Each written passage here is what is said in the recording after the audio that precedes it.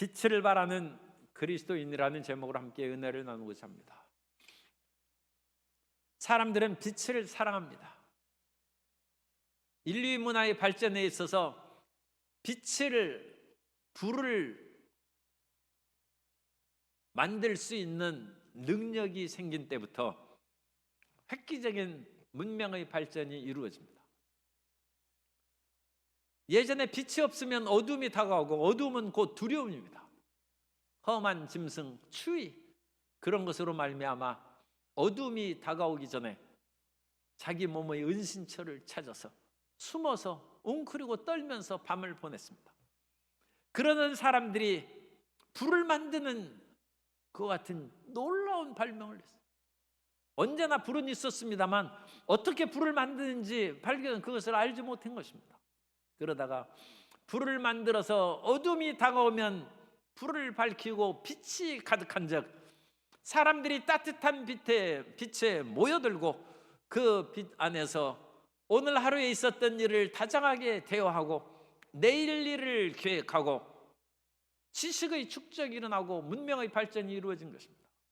오늘 우리 삶 가운데 빛이 있으면 사람들이 모여오고 내일에 대한 기대와 희망이 솟아나게 될 줄로 믿습니다. 우리가 고통스럽고 어두운 것은 내일을 가늠할 수 있는 빛이 없기 때문에, 우리 속에 어둠이 가득하기 때문에 희망을 잃어버리고 웅크리고 자는 것입니다. 우리 마음 가운데 빛을 품은 그리스도인으로 우리도 살고 다른 사람도 살리는 하나님의 역사를 드러내야 될 줄로 믿습니다. 우리가 빛을 드러내는 그리스도인이 되기 위해서는 첫째로 우리에게는 원래 하나님께서 빛으로 창조하셨다는 것을 우리가 기억해야 됩니다. 하나님께서 창조하신 첫째 날 빛이 있으라며 온 세상에 빛이 가득했어요. 그런데 이 빛은 태양과 같은 발광체를 통한 빛이 아니라 근원적인 빛입니다. 그리고 태양, 달, 별을 만든 것은 나흘째 만들었어요. 이제 빛을 담은 발광체를 하나님이 창조하신 거예요. 그래서 모든 피조물이 만들어지기 전에 그 시면에 빛이 있는 것이죠. 천사도 빛이 있는 존재가 되고 사람도 빛이 있는 존재로 원래가 그와 같이 지어진 것입니다. 그러나 천사도 타락하고 사람도 타락함으로 빛을 잃은 존재가 되었습니다. 빛을 가진 영화로운 천사가 일부 타락함으로 말미암아 그들은 땅에 내 던져진 존재가 되고 재위에 앉은 존재가 되었다고 에스겔서 28장 17절 이하에서 말씀합니다. 내가 아름다움으로 마음이 교만하였으며 내가 영화로움으로 내 지혜를 더럽혔으며 내가 너를 땅에 던져 왕들 앞에 두어 그들의 구경거리가 되게 하였도다. 내가 죄악이 많고 무역이 불의함으로 내 모든 성수를 더럽혔으며 내가 내 가운데서 불을 내어 너를 사르게 하고 너를 보고 있는 모든 자 앞에서 너를 땅 위에 재가 되게 하였도다. 이제 제된 존재가 됐어요. 하늘을 나르는 영광스러운 존재들이, 이 그룹 중에 타락한 천사가 마귀입니다. 땅에 내던져진 존재가 되고 재위에 앉아있는 존재가 됐다는 것입니다. 인간도 그 같은 타락한 마귀의 꾀멸을 빠져서 하나님을 배반하고 선악을 알게 하는 나무 열매를 따먹음으로 말미암아 인간의 거룩함이 상실되고 인간의 몸을 감싸고 있던 영광의 빛이 사라져 부끄러움을 느끼고 그 다음에 두려움을 느끼는 존재가 됩니다.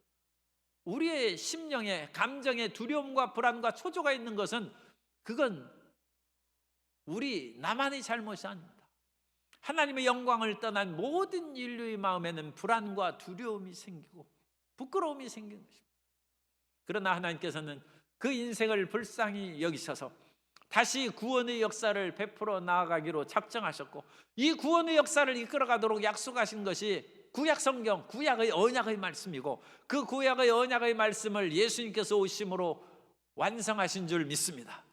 그리고 이 완성하신 예수님의 구원의 역사가 다시 오실 예수님 말미암아 우리 예수님 믿는 사람들뿐만 아니라 온 피조물이 다시금 새롭게 되는 새하늘과 새 땅의 시대가 전개된 그때가 예수님께서 다시 오심으로 말미암아 이루어질 것이다. 그것이 새 언약, 신약의 약속인 것입니다. 그래서 구약에서 하나님께서 이와 같이 인류를 구원하는 약속을 베풀도록 시작하신 것이 아브라함을 부르신 것입니다.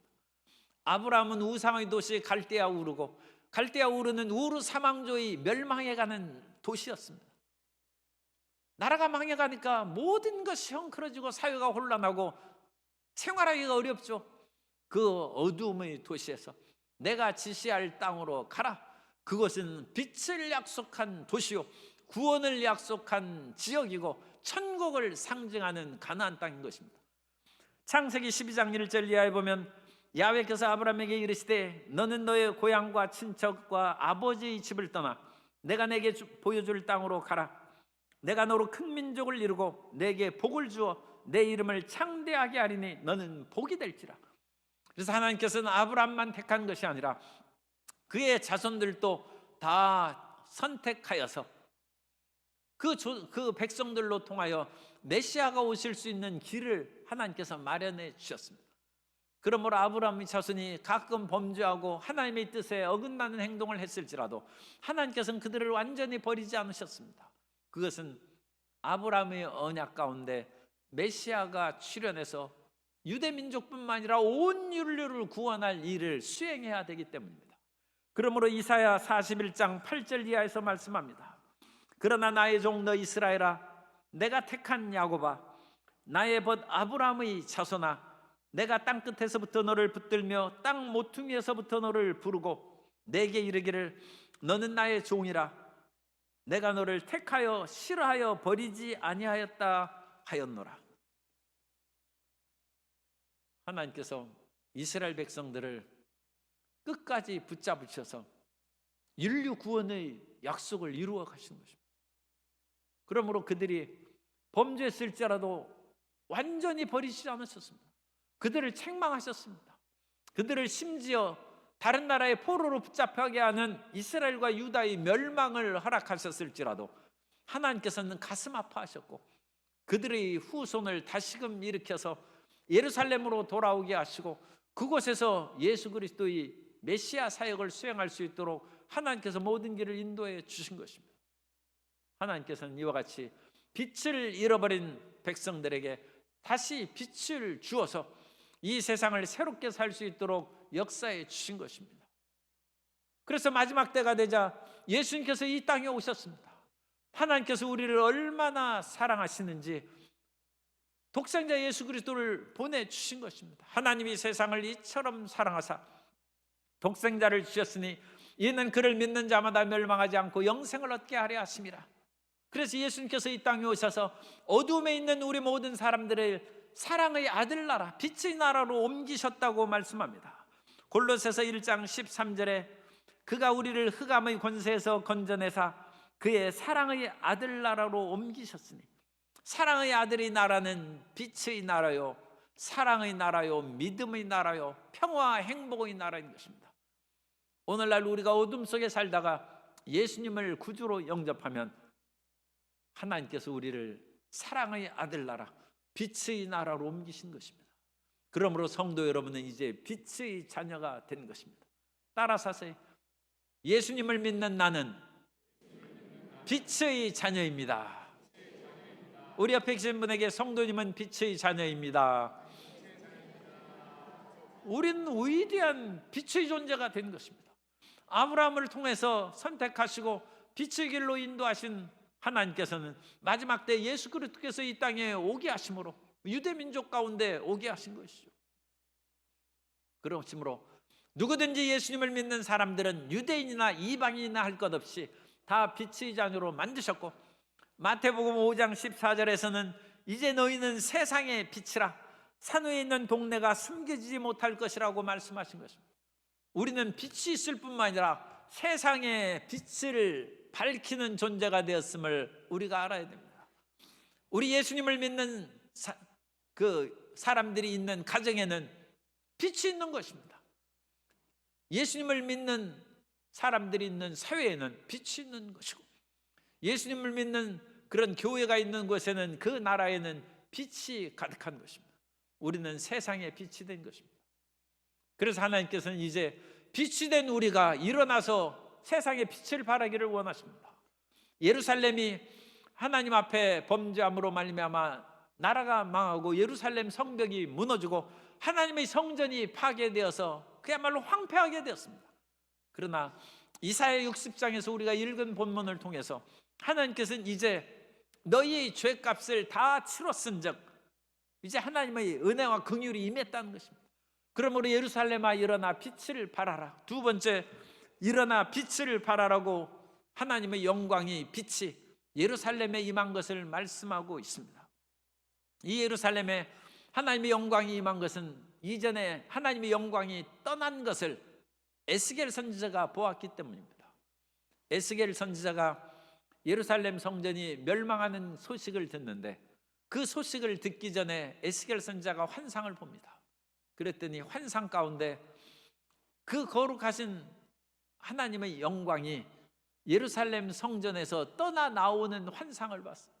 사실 그런 환상은 놀랍고 기이한 환상이긴 하지만 정말로 통탄할 슬프고 고통스러운 환상이죠. 에스겔서 10장 4절에 보면 야훼의 영광이 그룹에서 올라와, 이건 지성소에 그룹 천사들이 날개를 펴고 거기 서 있고 그 날개 아래 하나님이 임재하시는 보좌가 있는 것입니다. 그런데 보좌에 계신 하나님의 모습은 안 보이죠. 그냥 영광입니다. 그 영광의 빛이 그룹에서 떠올랐다는, 하나님이 지금 딴 곳으로 이동해 가시는 것입니다. 영광이 그룹에서 올라 성전 문지방에 이르니 구름이 성전에 가득하며 야훼의 영화로운 광채가 뜰에 가득하였고, 이어서 18절 이하에 보면 야훼의 영광이 성전 문지방을 떠나서, 이제 성전 문을 나왔어요. 문지방을 떠나서 그룹들 위에 머무르니 그룹들이 날개를 들고 내 눈앞의 땅에서 올라가는데 그들이 나갈 때 바퀴도 그 곁에서 함께 하더라. 그들이 야훼의 전으로 들어가는 동문에 머물고, 이제 문지방을 나가서 성전의 동쪽 문으로 하나님의 영광이 빠져나갔어요. 하나님의 영광이 임재하지 않은 예루살렘 성전은 나무와 돌로 지는 건물입니다. 그러니까 느부갓네살 군대들이 와서, 바벨론 군대들이 와서 거기를 짓밟고 다 허물었어요. 죽은 사람 하나도 없어요. 예전에 하나님의 영광이 임하던 성전에서는 제사장들이 그 안에서 성소에 불도 켜고 떡상도 놓고 향로에 향도 키고 일을 해야 되지 않습니까? 그런데도 하나님이 거기 계시니까, 어른이 계신 곳에는 옛날에는 우리가 기침 소리도 안 하고 조심하죠. 그런 것처럼 제사장들이 거기를 하나님 경외함으로 떨면서 섬겼는데, 가끔 잘못해서 인간적인 범죄를 하면 그냥 죽는 거예요. 그러니까 방울을 달고 여기에다 허리에 끈을 매달아 놨어요. 그래서 딸랑딸랑 소리를 내면서 아, 살아있구나, 일하는구나. 소리가 나지 않으면 혹시 죽었나 해서 잡아당겨. 살아있으면 아, 나 살아있다고 왜 잡아당기느냐 그럴 것이고, 죽으면 그냥 끌려 나오는 거예요. 왜? 하나님이 그곳에 계시기 때문에 그것은 두렵고 거룩한 장소입니다. 그런데 하나님이 떠나가시면 건물인 것입니다. 오늘 예루살렘도 그렇고 우리의 교회도 마찬가지입니다. 교회는 아무리 멋지게 치장하고 아름답게 그야말로 땅 한 평에 뭐 수천만 원 1억 하는 곳에 교회를 지었다고 해서 하나님이 거하시는 것이 아니라 성령께서 임재하시는 교회가 주의 영광이 임재하는 교회인 것입니다. 그곳에서는 감히 흑암의 세력이 틈탈 수 없지만, 아무리 비싼 지역에서 화려한 건물을 지었다 할지라도 하나님의 임재가 없는 것은 그건 돌과 보석으로 치장한 건물에 불과한 것이고 의미가 없는 것입니다. 오늘 우리는 주님이시여 우리 가운데 임재하여 주옵소서. 주님의 임재하시는 교회와 가정이 되고 주님의 임재하신 대한민국이 되시기를 주님 이름으로 축복합니다. 그래서 하나님께서 예루살렘에 떠났어요. 그러니까 적군이 들어와 가지고 다 허물어 버렸어요.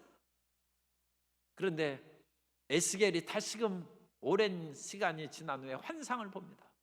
하나님의 영광이 다시 예루살렘에 돌아오는 거예요. 에스겔 43장 4절 이하에 보면 야훼의 영광이 동문을 통하여 성전으로 들어가고 영이 나를 들어 데리고 안뜰에 들어가시기로 내가 보니 야훼의 영광이 성전에 가득하였더라. 그래서 하나님께서 이와 같이 예언의 환상을 보여준 것처럼 하나님께서 포로로 끌려가고 나라는 망하고 폐허가 된 예루살렘에 다시 돌아오셔서 예루살렘을 회복시킨다는 거예요. 예루살렘이 회복되는 것은 포로에서 돌아온 백성들이 있기 때문에 회복된 것이 아니라 하나님이 먼저 돌아오셨기 때문에 사람들이 찾아오는 것이고, 하나님의 영광이 그곳에 임하니 적군의 주변의 세력이 틈타지 못하는 것이고, 주의 영광의 빛이 비침에 빛을 사모하는 수많은 사람들이 몰려와서 번영하고 발전하는 예루살렘이 되는 것입니다. 이사야 60장 2절에 그것을 말씀합니다. 보라, 어둠이 땅을 덮을 것이며 캄캄함이 만민을 가리려니와 오직 야훼께서 내 위에 임하실 것이며, 이 내라는 것은 예루살렘입니다. 예루살렘 위에 임하실 것이며 그의 영광이 예루살렘 위에 나타나리니. 이 예루살렘은 교회라고 했대. 하나님의 영광이 예루살렘에 교회 위에 임하면 어둠이 사라지고 밝은 빛으로 그 빛을 찾아 사람이 나온다는 것입니다. 요즘에는 장마도 변덕이 나오고 들쑥날쑥해서 우리가 알 수 없습니다만, 이전에 그 장마는 정말로 이제 규칙적으로 장마가 왔어요. 그래서 어릴 때 장마가 계속되면 밖에 나가서 놀지도 못하니까 언제 비가 그치고 해가 되는 날, 그걸 기다리고 있는 거예요. 그런데 어느 날 장마가 끝날 무렵에는 그 먹장구름을 뚫고 한 줄기 빛이 쫙 비칩니다. 그 빛을 보는 것은 너무 기쁘고 희망에 가득한 거예요.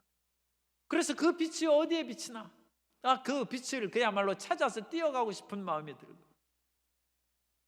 그런데 온 세상은 깜깜하고 어둠에 가득하지만 예루살렘에 그와 같이 스포트라이트처럼 빛이 쫙 비친다는 거예요. 그 빛을 보면 주변에 어둠이 있는 사람들이 다 몰려오는 것이죠. 그래서 예루살렘의 부흥과 성장이 이루어지는 것이죠.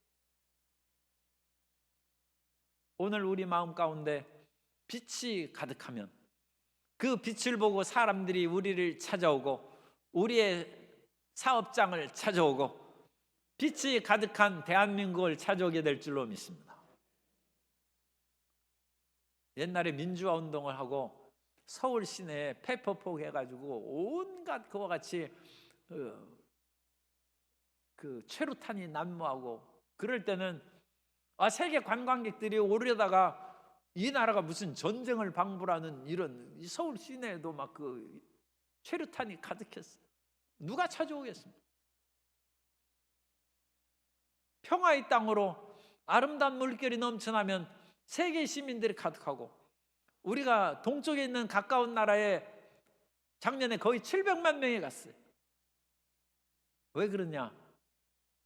그 동쪽에 있는 그 나라는 굉장히 평화로워요.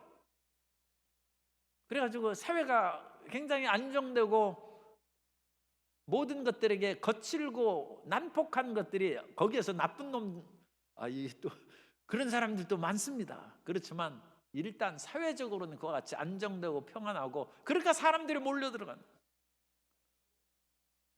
그런데 거칠고 힘든 어떤 서쪽에 있는 어떤 나라에 가면 거기 모든 것을 조사하고 다 신분한다니까 사람들이 발길이 뚝 끊어져. 오늘 우리의 삶 가운데 빛이 가득하면 세계 경제가 아무리 어렵다 할지라도 그 우리가 운영하는 사업장에는 빛이 가득함으로 사람이 찾아오게 될 줄로 믿습니다. 세계 경제와 인플레이션은 우리 힘으로 되는 것이 아니죠. 세계 금리 인상을 할 것인지 인하를 할 것인지 6월에 미국에서 결정한다고 그러는데, 미국에 있는 그런 최고의 경제학자들도 금리를 인하해야 된다는 주장과 인하하면 더 큰 인플레이션이 다가와서 더 위험에 빠질 수 있다고, 아직 금리 인하할 때가 아니라는 그 반대 주장이 팽팽해. 그런 세계적인 경제학자들도 서로 견해가 틀려요. 우리가 그러므로 세계 경제를 이리 하고 저리 하고 좌우해가지고 우리가 잘 살고 평안하게 하는 그런 길은 그야말로 요원한 일입니다. 우리 그런 손 밖을 벗어나 있어요. 그러면 어떡하느냐? 우리는 하나님께서 비추시는 광명한 빛을 받으면 됩니다. 우리는 우리 자신이 빛의 존재로 되는 것은 만들 수 있어요. 세계 경제는 내 맘대로 못하지만 내 안에 성령으로 충만하여 내 안에 빛이 가득한 것은 내가 기도하고 성령 충만하면 이루어지게 될 줄로 믿습니다. 그러니까 그것을 힘써야 돼요. 하나님께서는 때가 된즉 예루살렘에 빛으로 비춰주시고, 우리도 그와 같이 간절히 부르짖어 기도하면 세계는 암담하고 모든 사람들은 어둠 가운데 있을지라도 우리는 빛 가운데 있어서 그 빛을 보고 어둠에 있는 사람들이 모여오는 부흥과 성장이 이루어지게 될 줄로 믿습니다. 그 위대한 역사를 이루어야 된다는 것입니다. 에베소서 5장 8절 이하에 보면 너희가 전에는 어둠이더니 이제는 주 안에서 빛이라. 빛의 자녀들처럼 행하라. 빛의 열매는 모든 착함과 의로움과 진실함에 있느니라. 그래서 우리는 빛의 자녀로 삶고 이 봄에 하나님의 성령의 빛을 충만히 받아서 마음이 빛으로 가득하면 생활도 따뜻해지고 빛으로 충만하고 사업과 모든 하는 일에 빛이 넘쳐나게 될 줄로 믿습니다. 하나님이 우리 마음 가운데 돌아오셔서 하나님의 생명의 역사가 충만하게 되시기 바랍니다. 예수님을 믿는다고 해서 모든 사람이 빛이 가득한 것이 아닙니다. 예수님께서 어느 날 제자들과 배를 타고 갈릴리 호수를 가시면서 주무셨어요. 배후에 예수님이 계신 것입니다. 제자들은 거기에서 자기들끼리 서로 아마 논쟁하고 있었을 거예요. 기도하고 찬양하고 있었던 것이 아니라 분명히 어떤 논쟁을 하고 있었던 것 같아요. 그러자 이 갈릴리 호수가 풍랑이 일어나가지고 그야말로 파도가 치고 배가 전복될 엎어질 기. 그제서야 제자들이 예수님을 깨우면서 주여 주여 우리가 죽게 되었사오니 일어나서 이 문제를 해결해 달라고 합니다. 그때 예수님께서 바람과 파도를 잔잔하라 꾸짖으시면서 너희 믿음이 어디 있느냐 고 책망하셨어요. 그러니까 예수님의 제자들이 지금 믿음의 시간을 안 가진 거예요. 예수님을 같은 배에 모시고 있었지만 그 제자들은 담대한 믿음이 없이 세상의 생각, 서로 간의 어떤 갈등과 다툼으로 가득하여 믿음의 능력을 발휘하지 못할 그런 상황이 있었다는 거죠. 빛이신 예수님이 있어도 우리 안에 빛을 발휘할 수 있도록 우리가 믿음을 가지고 소망을 가지고 활기 있는 신앙생활을 하지 않으면 그 영광을 체험하지 못한 것입니다. 다시 일어나 빛을 발하는 예루살렘처럼 다시 예수님을 믿고 담대하게 나아감으로 빛을 발하는 성도 여러분 되시기를 예수님의 이름으로 축원합니다. 세 번째로 이와 같이 우리가 빛을 발하는 자녀가 되고 빛을 발하는 예루살렘이 되면 하나님의 온갖 영화로움으로 축복해 줍니다. 세 번째, 영화롭게 되는 예루살렘과 교회에 대해서 우리가 살펴볼 수 있습니다. 예루살렘에만 빛이 다가오니까 지금 먹구름이 가득해서 한 줄기 빛이 나오니까 그 빛을 사람들이 찾아가는 것처럼 어둠에 있는 주변 사람들이 예루살렘을 찾아오는 것입니다. 그래서 사람들이 몰려오기 시작하는데 이사야 60장 4절에 보면 내 눈을 들어 사방을 보라. 무리가 다 모여 내게로 오느니라. 내 아들들은 먼 곳에서 오겠고 내 딸들은 안기어 올 것이라. 예루살렘이 죄악을 범하고 그 안에 있는 사람들이 하나님께 범죄하자 하나님께서 적군의 손에 예루살렘을 내맡겼어요. 그래서 그 안에 있는 젊은이들은 칼날에 죽고 사람들은 뿔뿔이 흩어지고 다 사라져버렸어요. 예루살렘은 황폐한 곳이 되었습니다. 그러나 하나님이 다시 그곳에 임재하시고 빛으로 충만하자 멀리 나갔던 그런 자손들이 다 돌아오는 거예요. 내 아들들이 먼 곳에서 오겠고 딸들은 안겨 올 것이다. 사실 예루살렘에서 사는 사람들이 다 아들 딸들입니다. 예루살렘은 도시이기 때문에 마치 여인이 자식을 품는 것처럼 사람들을 품고 있어요. 그래서 예루살렘에 사는 시민들은 예루살렘의 아들 딸들입니다. 예루살렘에 못 살게 돼서 핫띠 나갔어요. 그런데 예루살렘이 이제 빛이 가득하고 따뜻함이 가득하고 행복이 가득하고 화목함이 가득하고 평화가 있게 되자 그 먼 곳에 있던 아들 딸들이 몰려오는데 이사야 60장 5절 이하에서는 다시 말씀합니다. 그때 내가 보고 기쁜 빛을 내며, 여기서는 예루살렘이죠. 내 마음이 놀라고 또 화창하리니 이는 바다의 부가 내게로 돌아오며 이방 나라들의 재물이 내게로 돌아옵니다.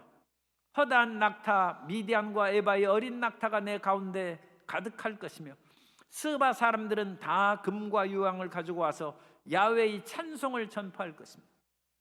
그런데 이 자녀들이 그냥 오는 것이 아니라 바다의 부로 가져오고 낙타는 원래 카라반이나 해서 대상들 장사하는 사람들이 낙타에다 짐 싣고 이동하면서 사업하지 않습니까? 낙타에 온갖 아름다운 보물들을 가득 싣고 몰려온다는 거예요. 예전에 제가 어떤 아는 사람이 참 좀 심한 말입니다만 이 집에서 이제 못 살겠다. 죽으면 죽고 내 원양 어선 탄다. 다 그런 것은 아니에요. 원양 어선 타는 그런 원래 꿈을 가진 사람도 있는데 그 사람은 그랬어요. 나 이거 못 살겠다. 그래가지고 원양 어선 탔어. 그래 아들이 집을 나왔어. 언제 그거 위험하지 않습니까? 이 바다에서 먼 바다에 나가서 무슨 일을 당? 그런데 그 나가가지고 참치잡이에 성공해가지고 엄청나게 또 돈을 가지고 그 죽음의 고생에서 살다 보니까 부모님의 사랑과 교회 다니는 믿음이 생각나게 그래 돌아왔어. 그래서 성경도 그런 것 같아요. 바다의 부가 내게로 돌아오며. 그래서 이 수없이 원양어선 탔던 사람 아니면 이 당시 이제 지중해의 해상무역을 하던 그런데 나갔던 이스라엘의 자손들이 나라도 망했으니까 거기에 고깃배 팔리기도 하고 그런데 자원해서 일꾼 나간 사람들이 다 돌아오는 아예 축복이죠. 그런데 빈손으로 오는 것이 아니라 바다의 부를 가져오고 또 유목으로 캐러반으로 낙타를 타면서 장사하고 그런 데서 또 품앗이 일꾼으로 그가 살던 사람들이 오히려 주인이 되어서 온갖 유양과 금, 은을 가지고 돌아오는 영화로움이 예루살렘에 가득합니다. 사람들만 오는 것만 해도 그야말로 예루살렘이 감사하기 말할 수 없는데 온갖 재물을 가지고 찾아오고 또 더 나아가서 이 사람들이 하나님을 그리워하는 거예요. 그래가지고 하나님 앞에 드릴 재물을 가져온다는 거예요. 이사야 60장 7절을 우리가 읽었습니다. 이사야 60장 7절에 보면 게달의 양무리는 이 게달과 느바요은 양과 염소를 치기로 유명한 그런 그 지역입니다. 그런 소수 부족인데 게달의 양무리는 다 내게로 모일 것이요. 여기서 너는 예루살렘입니다. 예루살렘으로 모일 것이요. 느바요스의 순양은 내게 공급되고 내 제단 하나님의 제단에 올라 기꺼이 받음이 되리니 내가 내 영광의 집을 예루살렘이죠 영화롭게 하리라. 하나님에 대한 재물도 풍성하게. 아니 사람이 감사헌금 내고 11조를 내려도 돈이 있어야 내죠. 탈무드에 그런 얘기가 있어요. 부모님을 공경하기는 하나님 섬기기보다 더 힘들다. 왜냐하면 먹을 것이 없고 수입이 없으면 하나님 앞에 11조 안 드려도 된다는 것입니다. 그러나 먹을 것이 없고 수입이 없어서 11조는 못 드릴 망정 부모님은 구걸해서라도 부모님을 공양해야 된다. 그래서 부모님을 섬기는 것이 하나님 섬기는 것보다 더 힘들다고 그와 같이 유대인들은 얘기했어요. 그러니까 사람이 물질이 뭐가 있어야 교회도 섬기고 하나님 앞에 예물도 드리고 11조도 드리고 그러죠. 그런데 이 돌아오는 사람들이 온갖 것이 풍성함으로 말미암아 게달의 양과 느바요스의 순양을 제물에 드셔서 하나님이 그것을 기쁘게 받으시는 풍성함이 있다는 것입니다. 오늘 우리 교회가 하나님의 영광의 빛이 가득하면 이와 같은 일이 생깁니다. 예루살렘에 이와 같이 사람들이 찾아오고 부를 가져오고 하나님을 예배하는 가장 근본적인 이유가 어디에 있습니까? 가장 근본적인 이유는 하나님이 임재하심으로 빛의 도시가 되었기 때문입니다. 이 세상에서 아무리 화려하고 번쩍거리는 모든 것을 선전할지라도 사람에게 빛과 생명을 주는 곳이 없으면 사람들이 찾아오지 않습니다. 이사야 60장 3절에 보면 나라들은 내 빛으로 왕들은 비치는 내 광명으로 나오리라. 우리 마음 가운데 따뜻한 빛이 가득하면 사람들이 찾아옵니다. 또 좀 실례의 표현을 하겠습니다. 내가 왜 장가를 못 가고 시집을 못 가느냐? 빛이 없어서 그래요. 제가 실례한다고 그랬어요. 빛이 없어서 그래요. 왜 그것을 어떻게 할 수 있습니까? 아니, 봄빛만 나와도 사람이 봄빛이 나왔다고 지금 밖에 나가 얼굴 끌릴까 봐 얼굴은 이제 마스크는 써야 될지라도 봄빛이 비치니까 사람들이 밖에 다 나가요. 저도 어제 토요일 날 봄빛에 끌려가지고 화단에 꽃을 그 사진 찍었어요. 그래가지고 사진 찍은 벌써 그 영춘한지 무슨 꽃인지 모르겠어요. 꽃봉오리가 파랗게 나오고 거기에서 이미 활짝 핀 꽃도 있어요. 봄빛이 사람을 끌어당기는 부르는 것입니다. 우리의 사업장이 왜 사람들이 안 찾아오는가? 빛이 없어서 그래요. 빛이 있으면 어둠에 있는 사람들이 다 빛으로 몰려들기 마련입니다. 한국이 일제강점기와 6.25의 잿더미 가운데 빛이 없었어요. 그러다가 하나님께서 이 땅을 긍휼히 여기사 그리스도의 복음 안에서 빛을 비춰주기 시작하니까 현대자동차를 만들고 그야말로 미군 쓰던 그런 드럼통을 만들어가지고 차를 만든 나라가 우리나라입니다. 그것을 차를 만들어. 그래서 이 수십 년 전에 그 중동 지역에 성지순례를 갔더니 현대차, 포니차가 거기에서 여전히 다니고 있더라고. 사막의 모래바닥을 까딱없이 다닌다. 현대자동차나 삼성 반도체로 한국의 그와 같은 산업의 우수성을 온 세계에 선파했어요. 그러니까 온 세계가 한국을 사모해서 한국말을 배우고 모여든 것입니다. 우리의 음식, 예전에는 그냥 밥 한 끼 때우는 것이 김밥이었는데 K김밥 앞에다 K자를 붙여야 돼. K김밥 하니까 다 훌륭한 음식이고 K떡볶이 하니까 이건 선풍적인 인기가 다. 우리가 K스포츠 하면 베트남에 10만 명의 태권도 연습하고 도장에 다니는 사람이 있다. K태권도, K양궁, 더군다나 K팝이 온 세계를 휩쓸어서 BTS가 세계를 휩쓸고 그러는데 그 BTS가 주춤하니까 BTS의 단원 중에 하나인 정국은 빌보드 핫 100에 그야말로 수십 주인가 그렇게 계속 이 100위 안에 드는 그런 일을 지금 이어가고 있습니다. 르세라핌이라는 그런 여자 아이돌 가수들도 있는데 그 르세라핌은 제가 세라핌이라는 그 용어가 이게 스랍천사를 말하나 해서 제가 찾아봤어요. 그랬더니 하나님을 믿어서 천사들 세라핌이라고 하는 건 아니고 I'm fearless. 그래서 fearless 하는 그 리스를 거꾸로 스펠링하면 그것이 세라핌이래. 나는 두려움이 없다. 그것도 참 좋은 뜻.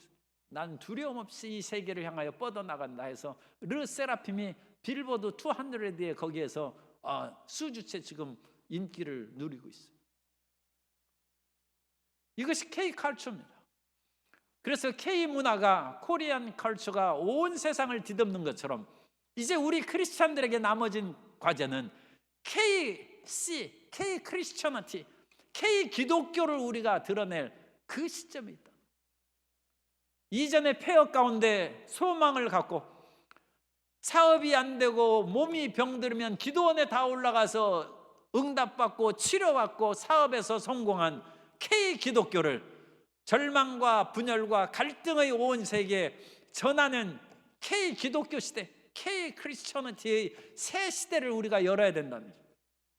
이제는 우리는 끊임없이 빵과 복음의 두 메시지를 외쳤어요. 나라가 부강함으로 세계의 굶주린 백성들에게 빵을 나눠주고 복음의 메시지를 증거하게 해 주옵소서. 그런데 이 빵의 문제는 K컬처로 하나님이 지금 은연중에 다 이뤄놓으셨어요. K컬처로 한국 사람이 가는 모든 곳에 인기를 얻을 수 있는 문화적인 바탕을 깔아놨어요. 거기에 우리는 KC, K-크리스천어티, 기독교로 우리가 전파하는데 K-크리스천어티, 기독교는 어떤 기독교입니까?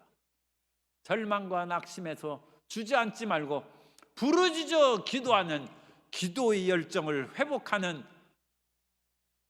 빛의 회복의 역사가 일어나고 다시금 세상의 온갖 부귀영화와 세상의 쾌락에 마음을 뺏긴 마음을 돌이켜서 성령 충만하고 하나님을 사모하는 마음이 우리 마음 가운데 뜨겁게 다가오는, 그것이 K 기독교예요. 오늘날 물량주의 세계 속에서 너무 외적인 것으로 우리의 몸과 마음을 빼앗겼어요.